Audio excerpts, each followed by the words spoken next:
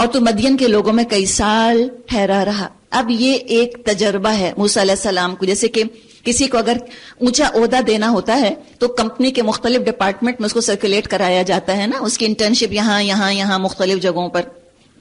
کہاں کہاں سے اللہ نے گزارا, پیدا کیا جشن میں, وہ جہاں بنی اسرائیل کا علاقہ تھا, یعنی سلمز سے نکال کر محل میں پہنچایا. شہزادوں والی زندگی, وہاں سکل سیٹ جو سیکھنا تھا وہ سیکھا, وہاں سے نکالا, کہاں پہنچایا, کہاں وہ شہزادوں کی طرح رہتے تھے, کہاں یہ کہ اب وہ ماتوب ہو گئے, اب فرعون جو ہے ان کو قتل کے در پہ ہو گیا, وہاں سے نکلے, ڈیزرٹ کراس کیا, مدین بالکل بیک واٹرز, کچھ بھی نہیں. امیجن کریں کوئی واشنگٹن نیو یارک سے چیچو کی ملیاں چلا جائے, ایسی چیز وہاں رکھا, 10 سال بکریاں چلائیں. کیا اللہ تعالیٰ نے گردش دی ہے, اور پتہ نہیں کہاں کہاں سے آپ آ رہی ہیں, پتہ نہیں آپ کہاں پیدا ہوئی ہوں گی, کہاں ایجوکیشن آپ نے حاصل کی, کیا سیکھا, کہاں رہیں, کیا سکل سیٹس ہیں, کیا ڈگریز ہیں, کس کس ملک میں کس گھاٹ گھاٹ کا پانی پیتی پیتی آئی ہیں. اور پھر کیا ہوا, ثم جئت علی قدر یا موسیٰ, بس اپنے ٹھیک وقت پر تو آ گیا اے موسیٰ. کہاں سے گما پھرا کہ اللہ نے آپ کو یہاں لا کر بٹھا دیا عین اندازے کے مطابق. اور دعا کریں کہ آگے والی چیز اللہ میرے لیے بھی پسند کر لے. کیوں اللہ نے مجھ کو گھاٹ گھاٹ کا پانی پلایا, کیوں اس رولر کوسٹر سے گزارا, کیوں یہ عروج اور زوال مجھ کو دیا, اللہ نے کیوں اتنی جگہوں پر گھمایا پھرایا, اتنے تجربے کیوں کرائے اللہ تعالیٰ نے. اب کڑیاں جلتی ہیں ریٹروسپیکٹ, پیچھے مڑ کے جب انسان دیکھتا ہے, اچھا یہ فائدہ ہوا, وہاں سے میں نے یہ سیکھا, وہاں سے یہ سیکھا, وہاں سے یہ سیکھا, تاکہ اللہ تعالیٰ دین کے لیے ان چیزوں کو, اس اسکل سیٹ کو استعمال کروا لے. وَاسْتَنَعْتُكَ لِنَفْسِي, اے موسیٰ میں نے تجھ کو اپنے کام کا بنا لیا. اتنا تجربہ کرا کے اپنے کام کا بنا لیا. بس یہ دعا کریں, اتنا رشک آتا ہے نا, اللہ بس ہمیں بھی سلیکٹ کر ہی لے. اب کیا کرو, اذهب انت واخوك بآیاتی ولا تنیا فی ذکری, جا تو اور تیرا بھائی میری نشانیوں کے ساتھ, اور دیکھو میری یاد میں کمی مت کرنا, یعنی لوگوں کی فکر اللہ کے ذکر سے غافل نہ کر دے, تبلیغ کے کام میں اتنے مصروف مت ہو جانا. یہ نہیں کہ 2-3 بجے تک جاگے پریزنٹیشن بنائی, فجر قضا ہو گئی, یہ نہیں ہونا چاہیے. یا یہ ہے کہ دین کے لیے سنسیئر ہو کر آئے, پھر غیبتیں کرنے لگ گئے آپس میں بیٹھ کے, اب بدمزاج ہو گئے, جھگڑالو اور لڑاکا بن گئے اب تم, اس لیے کہ تم بہت تھک گئے ہو دین کا کام کرنے میں. اللہ کو مت بھولنا.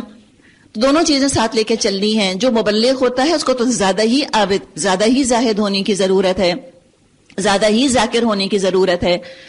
اذهبا الى فرعون, تم دونوں جاؤ فرعون کے پاس, وہ سرکش ہو گیا ہے. اور کہا اسے نرمی سے بات کرنا, شاید وہ نصیحت قبول کر لے, او یخشا, یا وہ ڈر جائے. بہتر ہوگا کہ مختصر بات ہم یہاں ڈر پہ کر لیں, اس لیے کہ آگے پھر ڈر کا ذکر آ رہا ہے. دیکھیے ڈر 2 طرح کے ہوتے ہیں. ایک ہوتے ہیں فینٹم فیئرز, اس سے ڈرا دیں اس سے ڈرا دیں. بعض لوگ شوق سے ہارر موویز دیکھتے ہیں, اتنا ڈرتے ہیں اور اتنے خوش ہو کر کہتے ہیں اتنا ہم ڈرے. پتہ ہے میں نے فلاں مووی دیکھی, رات کو میرا بستر ہل رہا تھا, مجھے اتنا ڈر لگا. تو یہ بہت خوش ہوتے ہیں ڈرنے سے, جا کے موویز لے کر آتے ہیں, جا کے ایسی کتابیں پڑھتے ہیں لے کر آتے ہیں جس سے کہ ان کو ڈر لگے. یا بعض دفعہ مائیں ڈراتی ہیں بچوں کو, ہاؤ سے اور بھاؤ سے, پتہ نہیں رات کے چوکیدار سے بھی ڈراتی ہیں. اور آج تک سیٹی سن کے دل کو کچھ ہوتا ہے, رات کے اندھیرے میں چوکیدار کی سیٹی ابھی بھی دل پر دہشت طاری کرتی ہے. مختلف چیزیں, یہ فینٹم فیئرز یہ اچھی چیز نہیں ہے, بزدل بنانے والی چیز ہے. انسان کو اندھیرے سے ڈر لگے گا, اکیلے رہنے سے ڈر لگے گا, بزدل ہو جاتا ہے, نفسیاتی الجھنوں کا شکار ہو جاتا ہے انسان. تو ڈرانا نہیں چاہیے اس قسم کی نامعقول چیزوں سے جن کا وجود ہی نہیں. ایک ہے ریئل فیئرز, ریئل خطرے, ان کا ڈر انسان کو بہادر بنا دیتا ہے اور عمل پر انسان کو آمادہ کر دیتا ہے. بڑی بڑی چیزوں کو تو چھوڑ دیں, شیر کو اور ڈاکوؤں کو اللہ بچائے ان سے. اس وقت اگر ایک چوہا بھی آ جاتا ہے اور آپ دیکھ لیتی ہیں, اب آپ کیا کریں گی؟ میں کتنا بھی کہوں کھڑی ہو جائیے کرسیوں پہ, آپ پہلے ادھر دیکھیں گی ادھر دیکھیں گی کہ ہائی میں کتنی آڈ لگوں گی, کوئی بھی نہیں کھڑا ہو رہا, میں کیسے کھڑی ہو جاؤں. ایک چوہا آئے تو آپ دیکھیں, پھر ذرا آپ نہ دائیں دیکھیں گی نہ بائیں. فیئر ہے نا کہ میرے اوپر ہی نہ چڑھ جائے. چھوٹا سا فیئر لیکن انسان کو بہرحال عمل پر آمادہ کر دیتا ہے. تو اصل جو خوف ہے, ہلاک ہونے کا خوف, ناکام ہونے کا خوف, محبوب کی ناراضگی کا خوف, یہ انسان کو بہادر بناتا ہے, ول پاور پیدا کرتا ہے, موٹیویٹ کرتا ہے. تو ریئل فیئر زبردست موٹیویٹنگ فیکٹر ہے, انسان کو عمل پر لے آتا ہے. تو کہا کہ تم جاؤ، لیکن یہ کہا کہ دیکھو نرمی سے بات کرنا، تمیز سے بات کرنا. ہم نے پہلے بھی بات کی کہ مومن بدتمیز نہیں ہوتا. اللہ کا دشمن ہے یہ فرعون، تب بھی کہا قولا لہو قولا لینا، نرم نرم بات. قولا، اب جب یہ سنا تو موسیٰ علیہ السلام کا تو دل دھک سے رہ گیا. دونوں کے دونوں بھائی بولے ربنا اننا نخاف ان یفرط علینا او ان یطغی.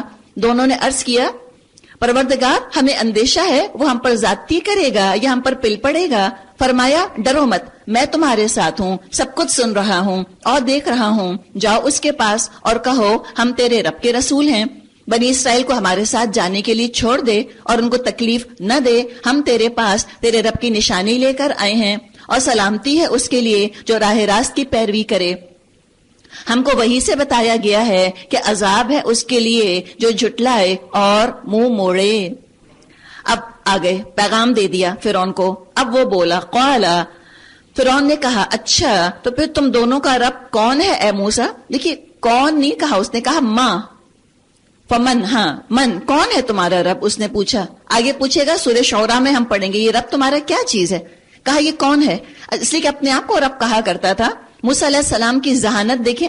لیکن انسان جب ڈرتا ہے نا بہت زیادہ، بعض دفعہ تو اس کا دماغ شٹ آف ہو جاتا ہے، یا غصہ جب کرتا ہے تب بھی دماغ شٹ آف ہو جاتا ہے. اور بہت سختی سے جب انسان بات کر رہا ہوتا ہے تو اندر سے ایجیٹیٹ خود بھی ہو رہا ہوتا ہے نا. اب آپ جب نرمی سے بات کریں گے آپ خود بھی کام رہیں گے، کلیکٹڈ رہیں گے. اور مبلغ کی شکل ایسی ہو کہ تیور چڑھے ہیں اور لہجہ کرخت ہے اور وہ لوگوں کو دیکھ کے فرعون کر رہا ہے اور چنگھاڑ رہا ہے، تو تبلیغ میں ہو سکتا ہے اثر کم ہو جائے. تو ریلیکس بھی رہنا بہت ضروری ہے مبلغ کے لیے. بہت ہائپر اگر ہو جائے گا اس کو دماغ بند ہو جائے گا بیچارے کا. تو یہاں موسیٰ علیہ السلام جینٹل ہیں، سافٹ ہیں، غصہ نہیں کر رہے. اللہ نے کہا ڈرنا بھی نہیں، الحمدللہ ڈر بھی نہیں رہے. اب دماغ ایکٹیو ہے. ہم کہتے ہیں نا کہ تھنکنگ آن ہز فیٹ. فوراً کے فوراً کہا اچھا اس نے یہ پوچھا ہے. جواب ایسا دیا کہ جو فرعون خود کر نہیں سکتا تھا. کیا جواب دیا؟ کون ہے میرا رب؟ فرمایا ہمارا رب وہ ہے جس نے ہر چیز کو اس کی ساخت بخشی اور پھر اس کو راستہ دکھایا. اب پینترا بدلا فرعون نے. فرعون بولا اور پہلی جو نسلیں گزر چکی ہیں ان کی پھر کیا حالت تھی؟ یعنی تم کہہ رہے ہو کہ یہ تو گمراہی تھی بتوں کو پوجنا یا جس راستے پہ ہم ہیں، اب ان کا کیا ہوا؟ قالا، موسیٰ علیہ السلام نے کہا اس کا علم میرے رب کے پاس ایک نوشتے میں محفوظ ہے. میرا رب نہ چوکتا ہے نہ بھولتا ہے. کیا کیا؟ صاف ڈاج کر گئے. اچھا اس میں دیکھیے پھر پیپل کانشیس، گاڈ کانشیس. درس دینے والے بھی دو طرح کے ہوتے ہیں، ایک گاڈ کانشیس، ایک پیپل کانشیس. ایک وہ ہوتے ہیں جو اللہ کو سنا رہے ہوتے ہیں، ایک ہوتے ہیں جو لوگوں کو سنا رہے ہوتے ہیں. ایک اللہ کی رضا حاصل کرنے کو سنا رہے ہوتے ہیں، ایک لوگوں کی رضا حاصل کرنے کو سنا رہے ہوتے ہیں. اچھا اگر تو یہ اف موسیٰ علیہ السلام، اللہ نہ کرے نعوذ باللہ، خالی سمجھانے کو بتایا جا رہا ہے. If he was playing to the crowd, اگر یہ ہجوم کی تالی چاہ رہے ہوتے، واہ واہ چاہ رہے ہوتے، مٹھیاں چاہ رہے ہوتے کہ واو واٹ اے لیڈر، کیا جواب دیا ہے فرعون کو، چپ کرا دیا فرعون کو. اگر یہ طریقہ ہوتا تو کہتے کہ تمہارے سارے آبا و اجداد جہنم میں ہیں اور تم بھی جہنم میں جانے والے ہو. ہم کہتے واہ کتنے سچے ہیں نا یہ مبلغ، کیا سنائی ہے انہوں نے. لیکن اللہ نے پیچھے کیا کہا تھا کہ تم نرم بات کرنا، اریٹیٹ مت کرنا. تو یہاں وہ اللہ کی ہدایات کے مطابق بات کر رہے ہیں، not playing to the crowd. وہ نہیں کہہ رہے کہ جس میں کہ سیٹی بجے کراؤڈ میں اور تالیاں پٹے کراؤڈ میں اور لوگ کہیں واہ کیا بہادر ہیں، کیا سنائی انہوں نے. تبلیغ سنانے کا نام نہیں ہے، تبلیغ بتانے کا نام ہے، لوگوں کے دل جیتنے کا نام ہے. لیکن ہماری مینٹالٹی کچھ ایسی بن گئی ہے جو بہت کڑوی بات کرے، بہت سخت بات کرے، بلیم گیم کھیلے، لوگوں کو فنگر پوائنٹنگ کرے. ہم کہتے ہیں دیکھو یہ کتنے صحیح مبلغ ہیں، کیا اچھی بات کرتے ہیں. اور کوئی نرمی سے بات کرے کہیں دیکھو ذرا ہیپوکریٹس، امریکن ایجنٹس کیسے مداہنت برتتے ہیں. صاف کیوں نہیں صاف کہا کہ حقیقت یہ ہے؟ حقیقت معلوم تھی موسیٰ علیہ السلام کو، حکمت نہیں تھی کہ یہاں ذکر کیا جائے اس کا. تو بعض سوالات ایسے ہوتے ہیں کہ جو تبلیغ سے لوگوں کی توجہ کو پھیر دیتے ہیں اصل میسج سے. اصل مبلغ حکمت والا جو ایسے سوالات کو ڈاج کر دینا چاہیے. تو کہا اس کا علم تو میرے رب کے پاس ہے. اور وہ کون ہے رب؟ الذی جعل لکم الارض مہدا وسلک لکم فیہا سبلا وانزل من السماء ماء فاخرجنا به ازواجا من نبات شتى. وہی جس نے تمہارے لیے زمین کا فرش بچھایا، اس میں تمہارے چلنے کو راستے بنائے اور اوپر سے پانی برسایا، پھر اس کے ذریعے سے مختلف اقسام کی پیداوار نکالی. ابھی ہم نے بات کی تھی نا، تبلیغ کیا ہے کہ اللہ کی قدرت کی نشانیاں بھی تو لوگوں کو بتاؤ ذرا، یہ بھی تو ایک طریقہ ہے. کھاؤ اور اپنے جانوروں کو بھی چراؤ، یقیناً اس میں بہت سی نشانیاں ہیں عقل رکھنے والوں کے لیے. اسی زمین سے ہم نے تم کو پیدا کیا ہے، اسی میں ہم تم کو واپس لے جائیں گے اور اسی سے ہم تم کو دوبارہ نکالیں گے. ہم نے فرعون کو اپنی سبھی نشانیاں دکھائیں مگر وہ جھٹلائے چلا گیا اور نہ مانا. کہنے لگا اے موسیٰ کیا تو ہمارے پاس اس لیے آیا ہے کہ اپنے جادو کے زور سے ہم کو ہمارے ملک سے نکال باہر کرے؟ اچھا ہم بھی تیرے مقابلے میں ویسا ہی جادو لاتے ہیں، طے کر لے کب اور کہاں مقابلہ کرنا ہے. نہ ہم اس قرارداد سے پھریں نہ تو پھرنا، کھلے میدان میں سامنے آ جا. موسیٰ علیہ السلام نے کہا جشن کا دن طے ہوا اور دن چڑھے لوگ جمع ہوں. فرعون نے پلٹ کر اپنے سارے ہتھ کنڈے جمع کیے، ثم اتا پھر آ گیا. کیا کیا؟ اگر موسیٰ علیہ السلام اس سے کہتے کہ میں اپنا جو معجزہ ہے کہ میری لاٹھی سانپ بن رہی ہے، میں سارے مصر والوں کو اور بڑے بڑے جادوگروں کو دکھانا چاہتا ہوں، اے فرعون تو ذرا میرے لیے مقابلہ ارینج کروا دے. کرواتا؟ کبھی نہ کراتا. خود ہی یہ کام کروا لیا اس نے، خود ہی یہ کام کر لیا فرعون نے. اور موسیٰ علیہ السلام کی حقانیت دور دور تک جو ہے وہ مشہور ہو گئی. تو اللہ تعالیٰ کے یہ کرنے کے کام ہیں. بعض دفعہ کفر کی طاقت اللہ خود اسلام کے لیے استعمال کروا لیتا ہے، یہ اللہ کی شان ہے. موسیٰ علیہ السلام نے عین موقع پر گروہ مقابل کو مخاطب کر کے کہا وَيْلَكُمْ، شامت تمہاری، جھوٹی تہمتیں مت باندھو اللہ پر ورنہ وہ ایک سخت عذاب سے تمہارا ستیہ ناش کر دے گا. جھوٹ جس نے بھی گھڑا وہ نامراد ہوا.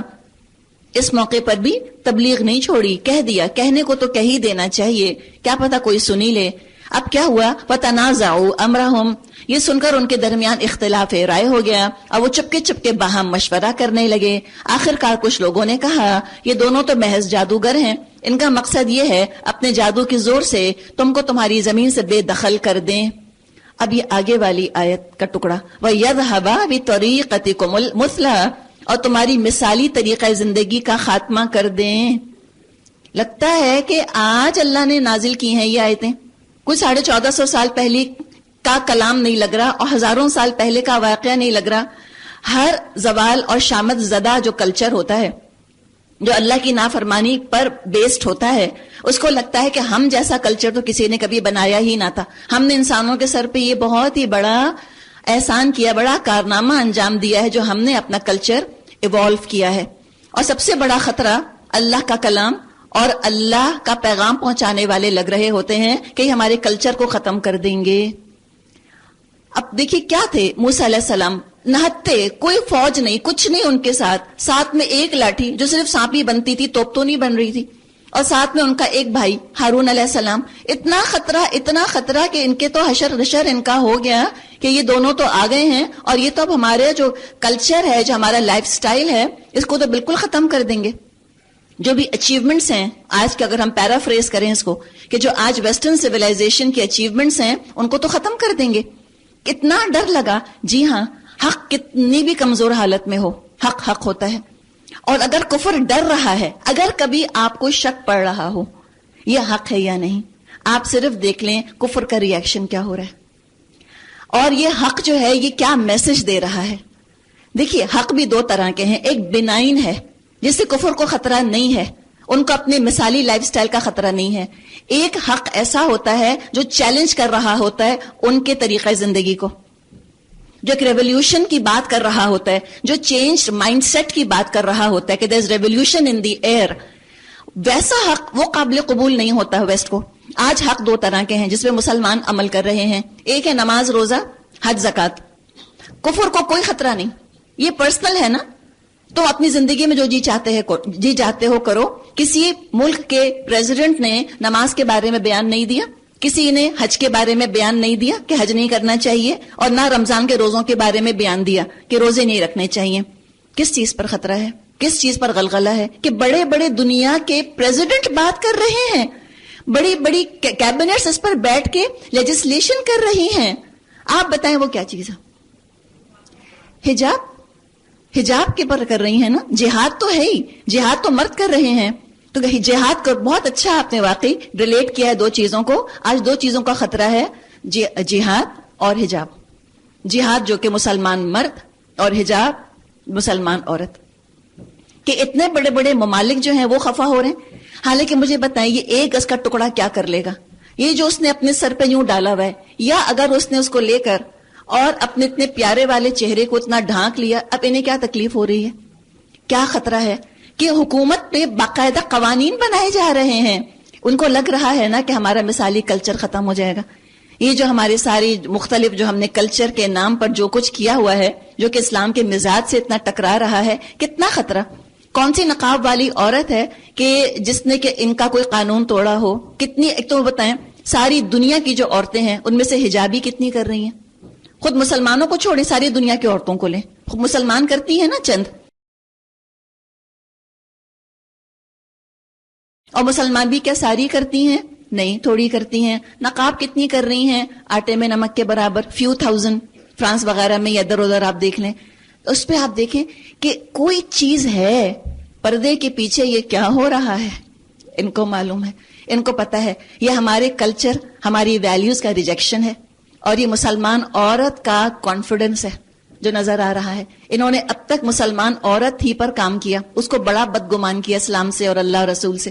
اب یہ عورت علم حاصل کر رہی ہے، یہ دین کا علم حاصل کر رہی ہے، بائی چوائس مسلمان ہو رہی ہے، بورن اگین مسلم بن رہی ہے. اور عورت اگر بورن اگین مسلم ہو جائے تو اس کی گود سے پھر بورن مسلمز نکلیں گے انشاءاللہ تعالی.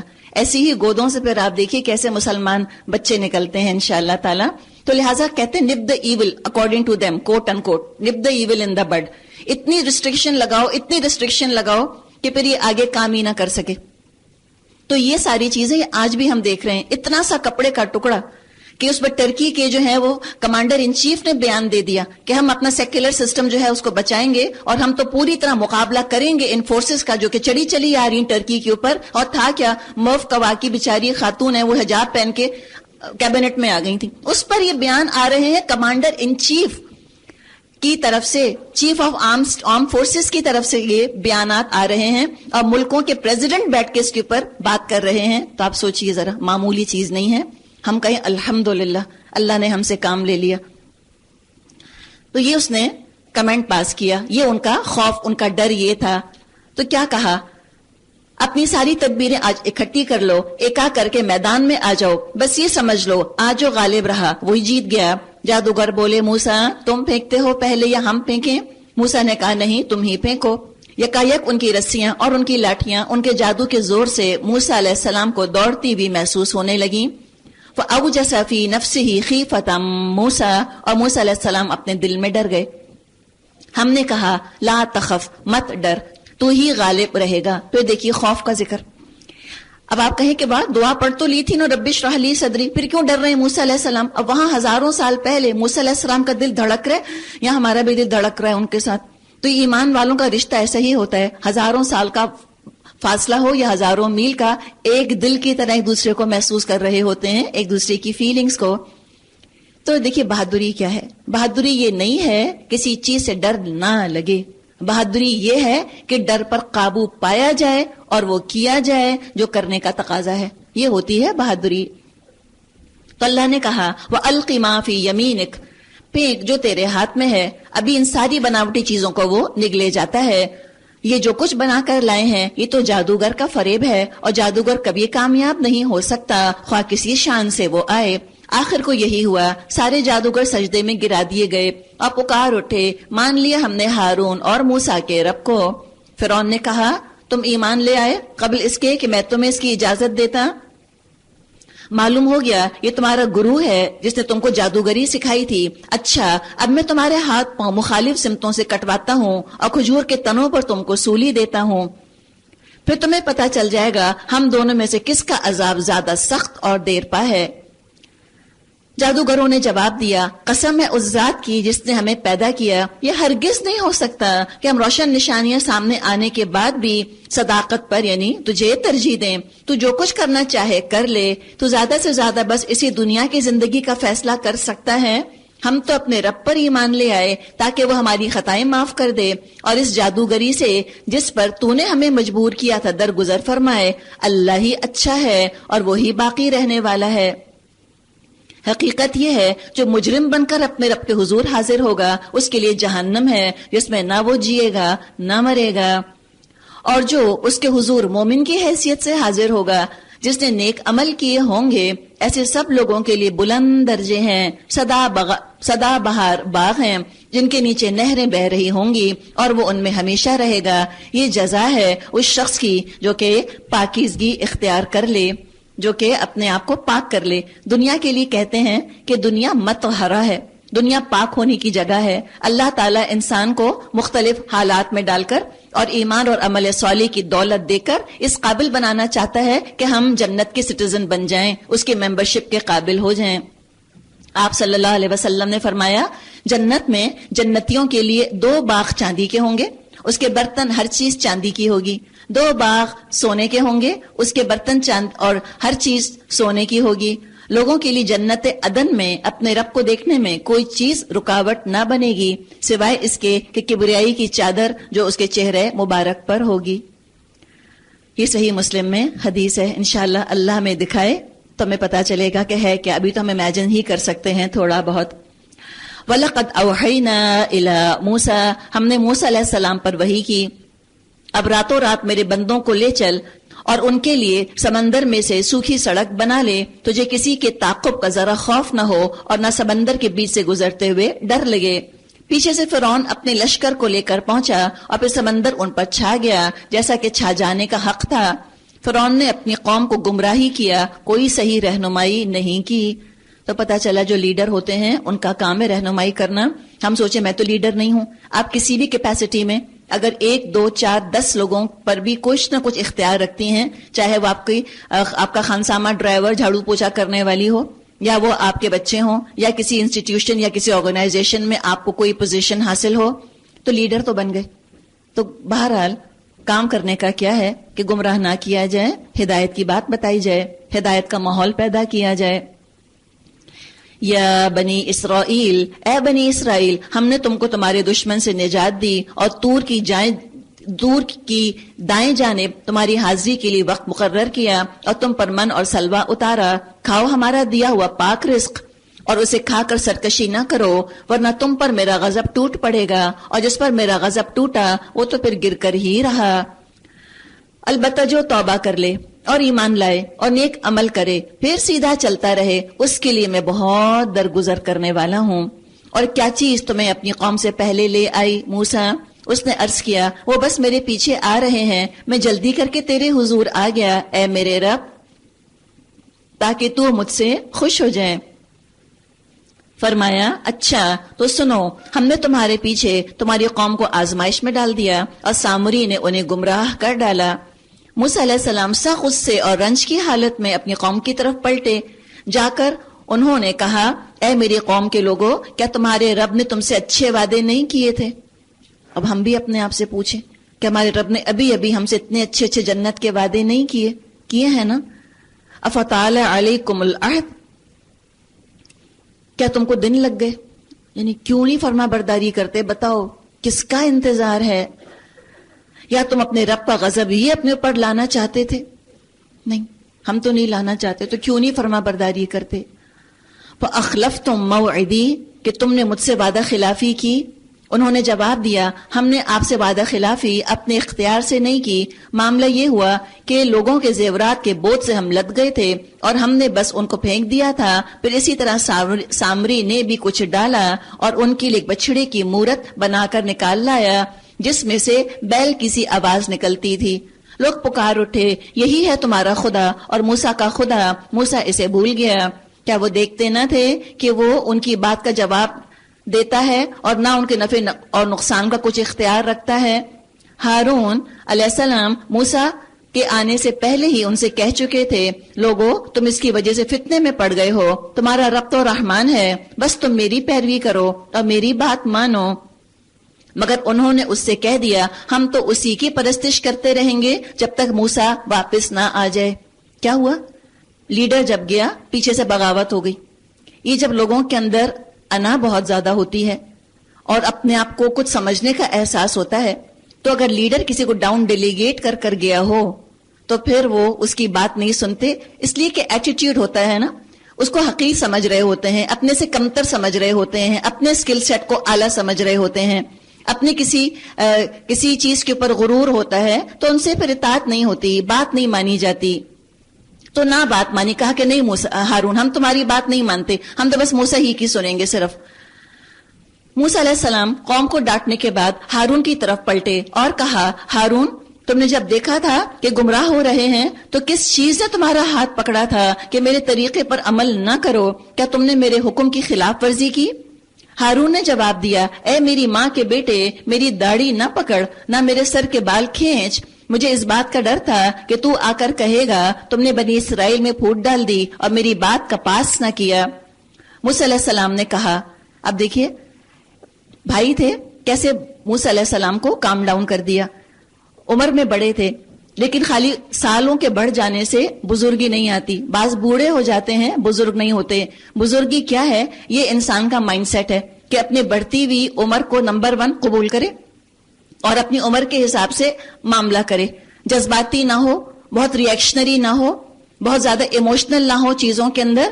عمر کے ساتھ ساتھ شخصیت کے اندر ٹھہراؤ آنا چاہیے، بچپن نہیں رہنا چاہیے. وہ بچپن جو چلا گیا، اب چائلڈش بیہیویئر نہیں ہونا چاہیے، امیچورٹی نہیں ہونی چاہیے. اور آپ یہ آزما کے دیکھ سکتی ہیں کہ جو بہت اسلامی ماحول میں پلے ہوئے بچے ہوتے ہیں انہیں میچورٹی بہت ہوتی ہے، جلدی میچور ہو جاتے ہیں. مریم علیہ السلام کی پیچھے مثال گزر چکی ہے. اور جو ان اسلامک ماحول میں پلے ہوئے ہوتے ہیں وہ بڑے بھی ہو جاتے ہیں تو ان کے اندر میچورٹی نہیں آنے پاتی، ٹھہراؤ نہیں آنے پاتا. بچے ان کے ہو جاتے ہیں، ان کے بچے بڑے ہو جاتے ہیں، بچوں کے بچے ہو جاتے ہیں، ان کے اپنے اندر بچپنا رہتا ہے. اور جب ایک خاندان کے اندر عمر کے لحاظ سے بھی بچے ہوں اور ذہن کے لحاظ سے بھی بچے ہوں پھر وہ خاندان چل نہیں پاتے. ان کے اندر بڑے بڑے مسئلے کھڑے ہو جاتے ہیں، جھگڑے اور لڑائیاں. تو دعا کریں کہ اللہ عمر کے ساتھ مجھ کو بزرگ بنا دے، ٹھہراؤ آ جائے، حکمت آ جائے. میں پرابلم نہ بن جاؤں دوسروں کے لیے، میں ٹربل نہ بن جاؤں دوسروں کے لیے کہ مجھ کو ہی سنبھالتے رہیں. میں ہی ہاتھوں سے نکلی جا رہی ہوں، میرا ہی مزاج جو ہے وہ قابو میں نہیں آ رہا، بلکہ اللہ مجھ کو ٹربل نہ بنائے، ٹربل شوٹر بنا دے. میں لوگوں کو سنبھالنے والی بن جاؤں، میں کام ڈاؤن کرنے والی بن جاؤں، معاملہ فہمی میرے اندر آ جائے جیسے اللہ نے ہارون علیہ السلام کو یہ صلاحیت دی تھی. ایک بھی آدمی ایسا ہوتا ہے خاندان کے اندر تو پھر آپ دیکھیں کہ پورے خاندان کو وہ سنبھال لیتا ہے، سب کو کام ڈاؤن کر دیتا ہے، ریلیکس کر دیتا ہے، ایشوز کو، مسئلوں کو حل کر دیتا ہے. اور خواتین میں تو خاص طور پہ جو کہ ہم خاندان چلاتی ہیں، ہم میں تو یہ ٹھہراؤ اور یہ بزرگی بہت ضروری ہے. اس کے لیے ضروری ایک اور چیز یہ بھی ہے کہ ہم ظاہر میں بھی بہت زیادہ ینگ بننے کی کوشش نہ کریں. اس گزرے ہوئے یوتھ کو جانے دیں، یہ چلا گیا، یہ ہاتھ نہیں آئے گا، ایک دفعہ چلا گیا. اور جو چیز ہاتھ آنے والی ہے اس کی تو ہم فکر کریں کہ میچورٹی ہمارے اندر آ جائے. اس لیے کہ جب ہم ظاہر میں بہت زیادہ اپنے آپ کو ینگ بناتی ہیں تو ہمارا مائنڈ سیٹ بھی ایسا ہی ہو جاتا ہے. ہم سمجھتی کہ میں ہوں ہی ینگ، ہے اچھی خاصی 50 سال کی، لیکن ایسا حلیہ اپنا بنا لیا کہ لگے جیسے کہ 20 سال کی ہوں. انداز وہی، ووکیبلری وہی، سٹائل وہی. اور اپنے بیٹیوں سے کمپٹیشن یا بہوؤں سے کمپٹیشن. اب بہو لے کر آ گئی تو خود بھی بال کٹوا کر بیٹھ گئی کہ بہو کی بہن لگوں، بلکہ اگر بہو کی چھوٹی بہن لگوں تو اور بھی اچھی بات ہے. تو یہ کوئی اس میں کیا ہے؟ بہو سے کمپٹیشن کیوں کر رہی ہیں؟ اور بہو پہ کس کو بزرگ سمجھے گی؟ خود اس قدر بچپن جیسی حرکتیں، بچپنا دکھائیں، بچوں جیسی حرکتیں کریں، اور پھر چاہیں کہ بہو جو ہے وہ ماں کی طرح آپ کو ٹریٹ کرے. اور جب وہ بھی آپ کو بچوں کی طرح ٹریٹ کرتی ہے تو کہتے ہیں بڑی بدتمیز ہے، اماں نے کچھ سکھایا ہی نہیں. اور اپنی بیٹی کے برابر ہی بیٹی بن گئی، ہمجولی اس کی، یہ اچھی چیز نہیں ہے. اپنے مقام پر رہنا یہ بہت عقل مندی ہے، اس کے اندر بہت اچھی چیز ہے. تب موسیٰ علیہ السلام کام ڈاؤن ہو گئے. قال فما خطبک یا سامری، موسیٰ نے کہا اور سامری تیرا کیا معاملہ ہے؟ اس نے جواب دیا، میں نے وہ چیز دیکھی جو ان لوگوں کو نظر نہ آئی، بس میں نے رسول کے نقش قدم سے ایک مٹھی اٹھا لی اور اس کو ڈال دیا، میرے نفس نے مجھ کو ایسا ہی سجھایا. موسیٰ نے کہا اچھا تو جا، اب زندگی بھر تجھ کو یہی پکارتے رہنا ہے کہ مجھے نہ چھونا، اور تیرے لیے باس پرس کا ایک وقت مقرر ہے جو تجھ سے ہرگز نہ ٹلے گا. اور دیکھ اپنے اس خدا کو جس پر تو ریجھا ہوا ہے، اب ہم اس کو جلا ڈالیں گے اور ریزہ ریزہ کر کے دریا میں بہا دیں گے. لوگو تمہارا خدا تو بس ایک ہی اللہ ہے جس کے سوا کوئی خدا نہیں، ہر چیز پر اس کا علم حاوی ہے. اے محمد صلی اللہ علیہ وسلم، اسی طرح ہم پچھلے گزرے ہوئے حالات کی خبریں آپ کو سناتے ہیں، اور ہم نے خاص اپنے ہاں سے آپ کو ایک ذکر عطا کیا ہے جو کوئی اس سے منہ موڑے گا وہ قیامت کے روز سخت بارے گناہ اٹھائے گا، اور ایسے سب لوگ ہمیشہ اس کے وبال میں گرفتار رہیں گے، اور قیامت کے دن ان کے لیے اس جرم کی ذمہ داری کا بوجھ بڑا تکلیف دہ بوجھ ہوگا۔ اس دن جبکہ سور پھونکا جائے گا، یوم ینفخ فی الصور، کب سے سن رہے ہیں نا، سور پھونکا جائے گا، سور پھونکا جائے گا، ایک دن تو پھونک ہی دیا جائے گا اس کے اندر۔ اب پتہ نہیں ہم کس حال میں ہوں گے، بس اس حال میں نہ ہو جو یہاں بتایا، وَنَحْشُرُ الْمُجْرِمِينَ يَوْمَئِذٍ زُرْقًا، اور ہم مجرموں کو اس حال میں گھیر کر لائیں گے، ان کی آنکھیں دہشت کے مارے پتھرائی ہوئی ہوں گی۔ آپس میں چپ کے کہیں گے، ڈسکشن، إِن لَبِثْتُمْ إِلَّا عَشْرًا، تم مشکل سے 10 دن رہے ہوگے دنیا میں۔ ہمیں اللہ فرماتا ہے ہمیں خوب معلوم ہے وہ کیا باتیں کر رہے ہوں گے، ہم یہ بھی جانتے ہیں اس وقت ان میں سے جو زیادہ سے زیادہ محتاط اندازہ لگانے والا ہوگا وہ کہے گا 10 دن، what are you talking about، إِن لَبِثْتُمْ إِلَّا يَوْمًا، تم تو ایک دن رہے تھے دنیا میں، اس وقت کتنی لمبی لگتی ہے۔ ہم کہتے ہیں ہائی بڑا مشکل۔ اگر دیکھیے مجھے اور آپ کو کوئی آپشن دے کہ آج ٹوڈے کیا ڈیٹ ہے، آج 17 شاید 16، آج 16 اگست ہے، اللہ ہم سے کہے کہ دیکھو اے میری بندیو، تم 16 اگست میں میری پکی فرما بردار بن جاؤ، تم پردہ، حجاب، نقاب، نماز، فلاں فلاں، یو ڈو ایوری تھنگ، سچ بولو، غیبت نہیں کرو۔ 17 کو قیامت آ رہی ہے، ہم کریں گے، ہم کر لیں گے نا، اس لیے کہ بہت قریب ہے، جو بھی جزا اور سزا ہے وہ بہت سامنے ہے۔ ہم بہت ڈریں گے گناہ کرتے ہوئے کہ بس اتنی تھوڑی سی دیر رہ گئی ہے، ہم کیوں نہیں کھا لیتے، ہمیں پتہ ہے افطار میں اتنا ٹائم ہے، ہمیں پتہ ہے افطار میں اتنا ٹائم ہے، تھوڑی سی تو دیر ہے، تھوڑی سی تو دیر ہے۔ تو یہ سوچنا کہ قیامت قریب ہے صبر کو آسان کر دیتا ہے، اور صبر کے ساتھ اطاعت آسان ہو جاتی ہے، اور عبادت بھی ہوتی رہتی ہے، اطاعت بھی ہوتی رہتی ہے۔ اگر یہ لگے وہ بہت دور ہے تو پھر صبر نہیں آتا انسان کو، کہتے ہیں اتنا صبر نہیں کر سکتے، پھر اطاعت بھی مشکل ہو جاتی ہے۔ تو کہیں گے کہ تم تو بس ایک دن رہے، اب بجائے کہ سبق حاصل کریں اب وہ ٹوپوگرافی کے پیچھے اور جیوگرافی کے پیچھے کفار مکہ پڑ گئے۔ وَيَسْأَلُونَكَ عَنِ الْجِبَالِ، لوگ آپ سے پوچھتے ہیں آخر اس دن یہ پہاڑ کہاں چلے جائیں گے، کہو میرا رب ان کو دھول بنا کر اڑا دے گا اور زمین کو ایسا ہموار چٹیل میدان بنا دے گا، اس میں تم کوئی بل اور سلوٹ نہ دیکھو گے۔ اس روز سب لوگ منادی کی پکار پر سیدھے چلے آئیں گے، کوئی ذرا اکڑ نہ دکھا سکے گا، اور آوازیں رحمان کے آگے دب جائیں گی۔ فَلَا تَسْمَعُ إِلَّا ہمسا، اور تم سرسراہٹ کے سوا کچھ نہ سنو گے۔ امیجن آپ کریں نا، ساری انسانیت جمع، اگلے اور پچھلے، سب سارے جن، سارے فرشتے، سارے انسان، اور ایسا سائلنس ہے، وسپرنگ کے علاوہ کوئی آواز نہیں ہے۔ کیا دہشت لوگوں پہ طاری ہوگی، کیا پتہ نہیں وہ منظر ہوگا۔ کبھی کبھی واقعی خیال آتا ہے کہ اگر اپنی فکر نہ پڑی ہو نا انسان کو قیامت کے دن، تو قیامت کا دن ہوگا بڑا انٹرسٹنگ۔ کیا ہوگا، کیسے لوگ آ رہے ہوں گے۔ یومئذ، اس روز شفاعت کچھ کارگر نہ ہوگی الا یہ کہ کسی کو رحمان اس کی اجازت دے اور اس کی بات سننا پسند کرے۔ وہ لوگوں کا اگلا پچھلا سب حال جانتا ہے اور دوسروں کو اس کا پورا علم نہیں۔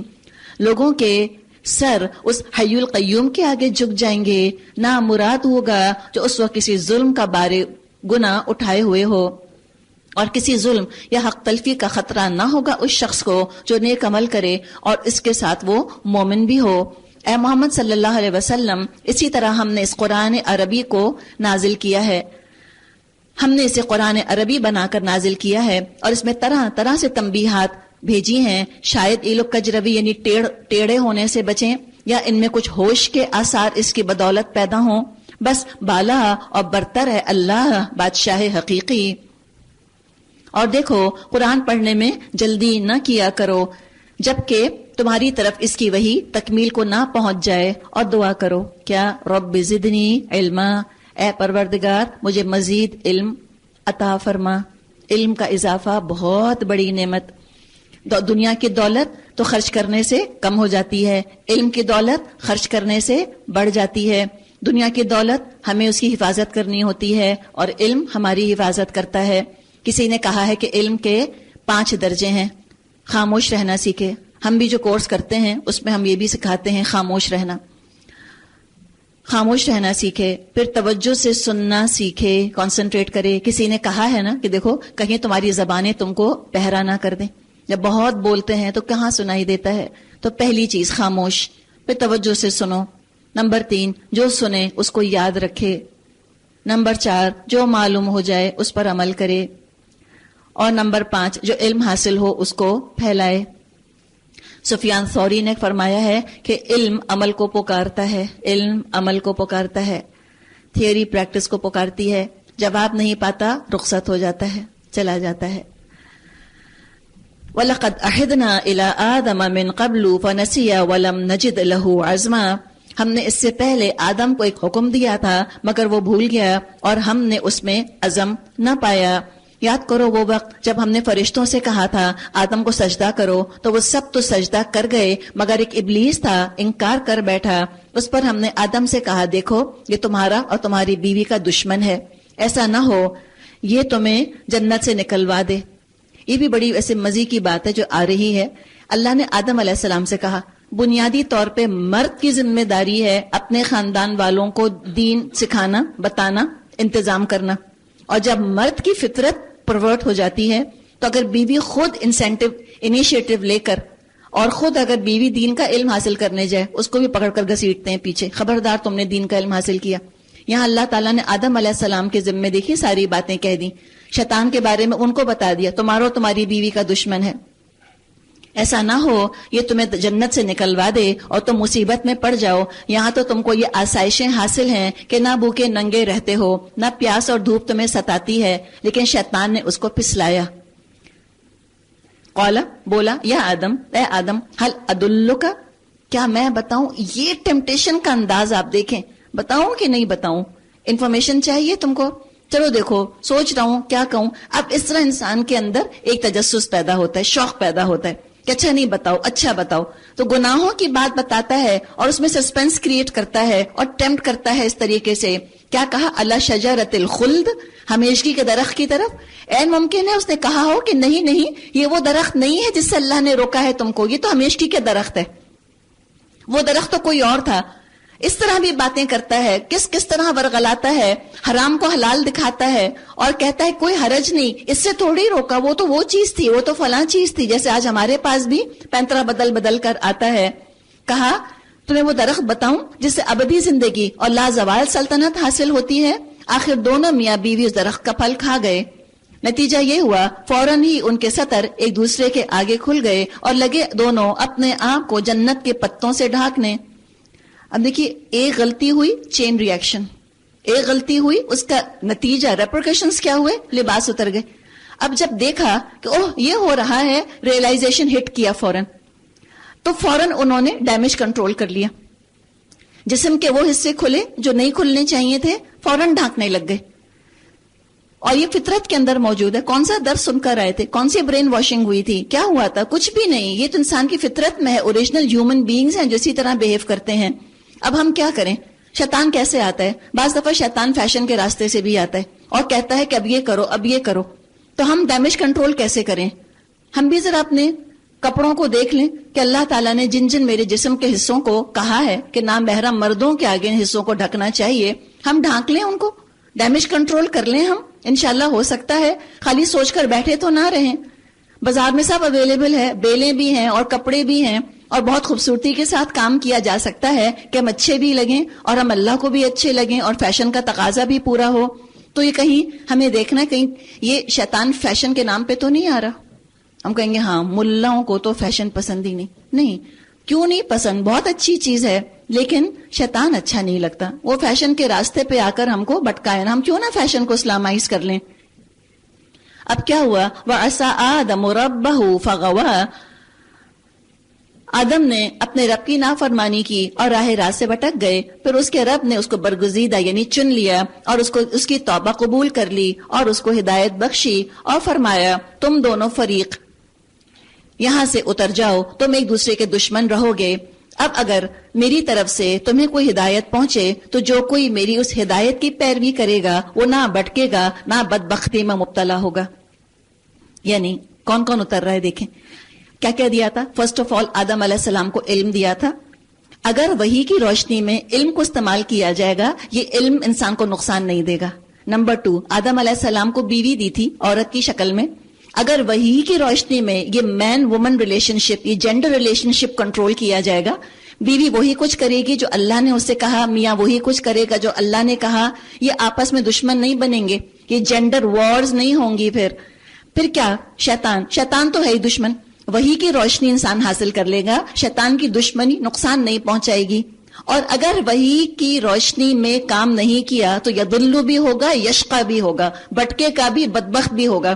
علم جو ہے وہ بھی نقصان پہنچائے گا، مانسٹر بن جائے گا علم، انسانوں کو نقصان پہنچانے والا. اور کیا ہوگا؟ عورت اور مرد دشمن ہو جائیں گے ایک دوسرے کے، چین ختم کرنے والے، ہر وقت کے جھگڑے، ہر رشتے میں خفگیاں اور ناراضگیاں، اور شیطان کی چالوں کو تو پہچان بھی نہ پائے گا. تو یہی ہے وَمَنْ أَعْرَضَ عَنْ ذِكْرِي، اور جو میرے ذکر سے منہ موڑے گا، فَإِنَّ لَهُ مَعِيشَةً ضَنْكًا، اس کے لیے دنیا میں تنگ زندگی ہوگی. دنیا میں تنگ زندگی، تنگ رہیں گے، بیزار رہیں گے. گھر ہیں، سجے ہوئے ہیں، سب ہیں، دل نہیں لگتا. ساری آسائش کی سامان موجود ہیں، سب آسائشیں موجود ہیں، لیکن چین نہیں آ رہا. چین کا سامان جمع کر لیا، چین نہیں ہے. اور پھر نیند حاصل کرنے کے لیے پھر یہ حاصل کرو، وہ کھاؤ، وہ پیو، فلاں چیزیں، پھر گولیوں کے اوپر ڈپینڈنسی ہو جاتی ہے. اور دنیا کی زندگی کتنی تنگ ہوتی ہے. وَنَحْشُرُهُ يَوْمَ الْقِيَامَةِ أَعْمَىٰ، اور قیامت کے روز ہم اس کو اندھا اٹھائیں گے. جو روحوں کے ساتھ معاملہ کیا تھا، اب روحوں کے ساتھ اس طرح سے اٹھائے جائیں گے. روحوں کو اندھا ہی رکھا ہے انہوں نے. اب کہے گا قَالَ رَبِّي، اے میرے رب، لِمَا حَشَرْتَنِي أَعْمَىٰ، کیسا شکوہ کر رہا ہے، کچھ نظر نہیں آ رہا، آنکھیں بند، اندھا. اللہ سے کہے گا اللہ تو نے اندھا کیوں اٹھایا؟ وَقَدْ كُنْتُ بَصِيرًا، میں تو آنکھوں والا تھا دنیا میں. جواب آئے گا قَالَ كَذَلِكَ أَتَتْكَ آيَاتُنَا فَنَسِيتَهَا، ہاں اسی طرح ہماری آیات تیرے پاس آئی تھی، تو بھول گیا تھا، اگنور کر دی تھی ان کو، اگنور کر دیا تھا ان کو. وَكَذَلِكَ الْيَوْمَ تُنْسَى، اسی طرح آج تو اگنور کیا جا رہا ہے. We don't care about you. You didn't care less. We don't care less about you. وَكَذَلِكَ نَجْزِي مَنْ أَسْرَفَ، اسی طرح ہم حد سے گزرنے والے اور اپنے رب کی آیات نہ ماننے والے کو دنیا میں بدلہ دیتے ہیں، اور آخرت کا عذاب زیادہ سخت اور زیادہ دیر پا ہے. اللہ ہمیں اپنی پناہ میں رکھے، اللہ ہماری آنکھیں کھول دے دنیا میں. پھر کیا ان لوگوں کو تاریخ کے سبق سے کوئی ہدایت نہ ملی کہ ان سے پہلے کتنی ہی قوموں کو ہم ہلاک کر چکے ہیں، جن کی برباد شدہ بستیوں میں آج ہی چلتے پھرتے ہیں. در حقیقت اس میں بہت سی نشانیاں ہیں ان لوگوں کے لیے جو عقل سلیم رکھنے والے ہیں. اگر تیرے رب کی طرف سے پہلے ایک بات طے نہ ہو گئی ہوتی اور مہلت کی ایک مدت مقرر نہ کی جا چکی ہوتی تو ضرور ان کا بھی فیصلہ چکا دیا گیا ہوتا. بس اے محمد، جو باتیں یہ لوگ بناتے ہیں ان پر صبر کیجئے اور اپنے رب کی حمد و ثنا کے ساتھ اس کی تسبیح کیجئے. سورج نکلنے سے پہلے اور غروب ہونے سے پہلے، اور رات کے اوقات میں بھی تسبیح کیجئے اور دن کے کناروں پر بھی. کیوں؟ ہم کہتا کہ اللہ راضی ہو. یہاں اللہ کیا کہتا ہے؟ لعلک ترضی، تاکہ آپ راضی ہو، آپ مطمئن ہو جائیں. تو اللہ کا ذکر، اللہ کی حمد، اللہ کے لیے نماز، یہ کس کو سکون دیتی ہے؟ اللہ بذکر اللہ تطمئن القلوب، تمہارے دلوں کا اطمینان ہے، تمہاری نفسیاتی الجھنوں کا علاج ہے، تم کو پیس دینے والی چیز ہے. Peace within is peace without. اپنے آپ کے ساتھ امن میں رہو گے، جسم کو جسم کا حق ملے گا اور روح کو روح کا حق ملے گا. آپس میں کانفلکٹ ختم ہو جائے گا تمہارا.